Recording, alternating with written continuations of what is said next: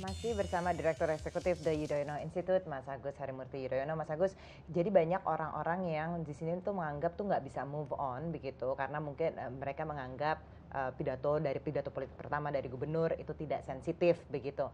Mas melihat ini seperti apa? Ini susah dong jadinya kalau mau rekonsiliasi seperti yang tadi kita bahas.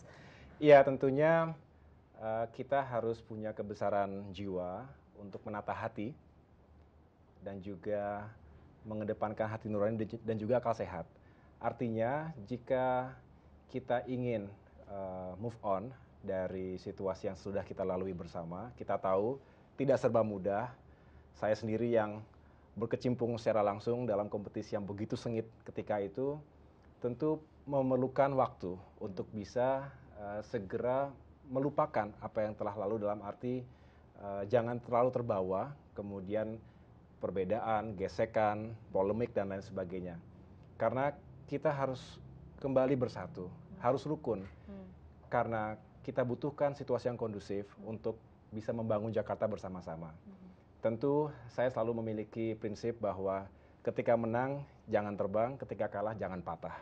Ini juga harus berlaku bagi para pendukung, seluruh supporter dan semua tim kampanye, karena harus sudah kita pisahkan kapan kita berkompetisi, kapan kita bersaing, dan kapan kita harus kembali berrekonsiliasi, bersalaman, bergandengan tangan kembali untuk memajukan Jakarta dan masyarakat Jakarta. Karena pada akhirnya kita semua memiliki cita-cita yang sama, cuman caranya, pendekatannya berbeda-beda. Tapi wajar nggak sih kalau memang ada orang-orang yang memang mungkin masih sebel gitu loh, masih kesel, terutama juga yang dikatakan itu sebenarnya mungkin menurut mereka nggak sensitif gitu. Ya, wajar. Kita manusia ini kan selalu punya perasaan-perasaan, sensitivitas. Memang dalam ruang-ruang publik segala sesuatunya itu berarti, narasi, kalimat ataupun kata, tetapi ini semua tergantung pada perspektif. Oleh karena itu tentu dengan semangat kita ingin meninggalkan segala polemik dan juga perseteruan yang tidak produktif, justru kita kedepankan, oke, marilah kita tatap masa depan kita bareng-bareng. Banyak sekali kepentingan bersama kita. Kalau dicari perbedaan nggak akan ada habisnya. Tetapi kalau dicari persamaannya, tentu kita akan bisa menyatukan energi untuk bisa membangun Jakarta ke depan. Tetapi tentu sekali lagi dikembalikan kepada masing-masing individu dan juga peran dari key political leaders, tokoh ataupun elit politik, itu juga sangat penting. Karena mereka bisa mengajak, bisa mempersuasi para pengikutnya untuk bisa sama-sama mengedepankan sekali lagi hati nurani dan logika. Ini yang dibahas juga oleh Mas Agus dan Pak Ahok pada saat bertemu itu, soal bagaimana ini supaya tidak terjadi gesekan lagi begitu. Ya, memang tidak terlalu panjang pembahasan seperti itu, tetapi saya menyampaikan pesan bahwa saya juga mengajak, yuk Pak, kita bareng-bareng melakukan rekonsiliasi dan kita tetap bisa berkontribusi secara positif melalui pemikiran dan juga masukan-masukan kepada pemimpin baru di Jakarta. Dan ini seharusnya dilakukan secara terus-menerus, tidak ada kata henti dalam rekonsiliasi, karena pada akhirnya kita tahu perbedaan, keberagaman yang ada di tengah-tengah Indonesia dan juga khususnya Jakarta, ini bukan harusnya menjadi liability, bukan harusnya menjadi kelemahan, tetapi harus menjadi kekuatan. Dan salah satu kualifikasi pemimpin yang diharapkan adalah kemampuan untuk mengayomi. Makanya Mas Agus waktu itu penting sekali untuk bertemu dengan Pak Ahok dan juga dengan Anies, karena untuk menunjukkan sportsmanship itu. Iya, saya juga ingin menjadi jembatan dalam komunikasi. Saya sangat siap untuk melakukan itu, dan pada akhirnya kembali kalau kita bisa menghadirkan potret kerukunan antara elit politik di tanah air ini, itu juga secara langsung maupun tidak langsung akan berpengaruh kepada para followers masing-masing. Setiap orang pasti punya basis masanya. Setiap orang punya hak untuk mengidolakan siapapun. Ada yang mengidolakan Pak Ahok, ada yang mengidolakan Pak Anies, ada yang mengidolakan saya. Tetapi jangan kemudian itu menjadi kekisruhan baru dalam kehidupan demokrasi kita. Wajar-wajar saja kalau kita bisa memberikan dukungan kepada siapa yang kita yakini mampu memimpin kota ataupun masyarakat kita, tetapi pada akhirnya ketika pertarungan selesai, harusnya kita juga mulai membuka lembaran baru, dimulai dengan sesuatu yang positif. Artinya harusnya juga gubernur yang baru bisa berkunjung kepada gubernur yang lama untuk memulai rekonsiliasi itu kepada para followers-nya? Iya, lebih baik tanyakan ke Pak Anies langsung.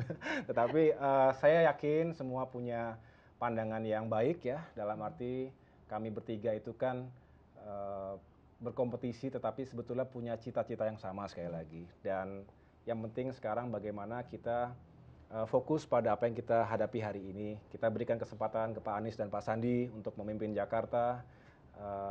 Saya pun sudah memiliki fokus dan kegiatan baru saat ini. Pak Ahok juga demikian, punya harapan-harapan tersendiri untuk masa depan beliau. Dan tentunya dengan saling menghormati, menghargai, mudah-mudahan dilihat oleh para pendukung kita masing-masing sebagai sebuah potret wajah demokrasi yang keren. Cerita juga itu ke Mas Agus soal harapan apa yang dilakukan ke depannya untuk Pak Ahok. Saya mendengarkan beliau itu sekarang sedang menulis buku gitu ya, dan punya niat bahwa suatu saat akan meluncurkan buku itu, bercerita tentang kehidupan, bercerita tentang banyak hal yang menurut saya bagus kalau bisa di-share kepada yang lainnya. Tetapi sekali lagi kami berdua menyadari bahwa setiap saat kami atau kita semua harus belajar dari kehidupan, dari pengalaman. Tidak ada yang sempurna, kita ingin menjadi manusia yang lebih baik dari hari ke hari, dan saya pikir tidak ada yang lebih penting dari itu dalam berproses di kehidupan ini. Nah, Mas Agus, setelah dari Pilkada DKI, tadi seperti opening saya, Mas Agus ini makin sering terdengar mungkin dengan kegiatannya dan sebagainya. Apakah akan terhenti di situ aja? Ini kan ada Pilkada 2018, ada Pilpres 2019. Akankah kita melihat Agus Harimurti Yudhoyono lagi untuk berpartisipasi di situ? Tergantung apakah masyarakat ingin melihat saya atau tidak. Kembali dalam kompetisi politik yang akan terjadi di masa depan. Saya tentu tidak dalam sebuah tidak melihat bahwa 2018, 2019 sebagai sebuah tujuan akhir. Saya melihat hidup saya adalah proses panjang di mana saya harus mempersiapkan diri dengan sebaik-baiknya. Itulah mengapa saya keliling ke berbagai daerah, bertemu dengan berbagai elemen masyarakat, para pemuda, untuk melengkapi pengetahuan, pemahaman saya, dan sensitivitas saya terhadap berbagai isu dan masalah-masalah yang dihadapi oleh rakyat Indonesia. Saya tidak dalam rangka kemudian serba politik praktis. Memang tidak salah ketika berkunjung ke Jawa Timur misalnya, disangkanya kita mau nyagup di Jatim. Ke Jawa Tengah disangkanya mau nyagup di Jateng. Itu sah-sah saja, ada spekulasi demikian. Tetapi bagi saya tidak melulu harus disertakan posisi atau jabatan apa yang harus saya capai. Karena bagi saya paling penting adalah peran. Peran saya selaku warga negara untuk masyarakat. Peran yang positif, peran yang bermanfaat. Tentu kali ini saya ingin memiliki peran untuk mengajak serta generasi muda Indonesia untuk punya semangat energi positif, membangun daerah masing-masing, membangun Indonesia dengan segala kapasitas yang kita miliki. Tapi Mas Agus, nama Mas Agus itu kan masuk dalam survei. Salah satunya nih di Pilgub Jawa Timur begitu. Cukup tinggi juga angkanya di situ. Nah, ini kan dikatakan tanah kelahiran Papa juga begitu kan, terutama di daerah Pacitan. Apa nggak pengen misalnya berbakti untuk tanah kelahiran ayahnya? Ya tentu kita ingin berbakti untuk masyarakat kita, termasuk untuk tanah leluhur lah kelahiran. Tetapi sekali lagi, mengabdi dan berbakti itu kan tidak harus pada posisi tertentu. Saya ingin bisa... Jadi nggak benar nih mau ikut Pilgub Jawa Timur? Per hari ini saya tidak punya niat ke arah sana, begitu. Memang ada harapan, doa dari masyarakat. Kalau yang baik-baik saya amini. Tapi saya mengatakan juga, sekali lagi, AHY tidak hanya mengejar jabatan atau posisi. Bahkan saya meninggalkan jabatan dan posisi saya di militer ketika itu untuk sesuatu yang jauh lebih luas, artinya mengabdi kepada masyarakat, walaupun belum berhasil. Tetapi saya katakan, it doesn't matter, yang penting kita punya niat dan tujuan yang baik, terus gigih berusaha dan berjuang untuk masyarakat. Baik, kita akan bahas lagi bersama Mas Agus Yudhoyono setelah jeda pariwara berikut ini. Tetaplah bersama kami.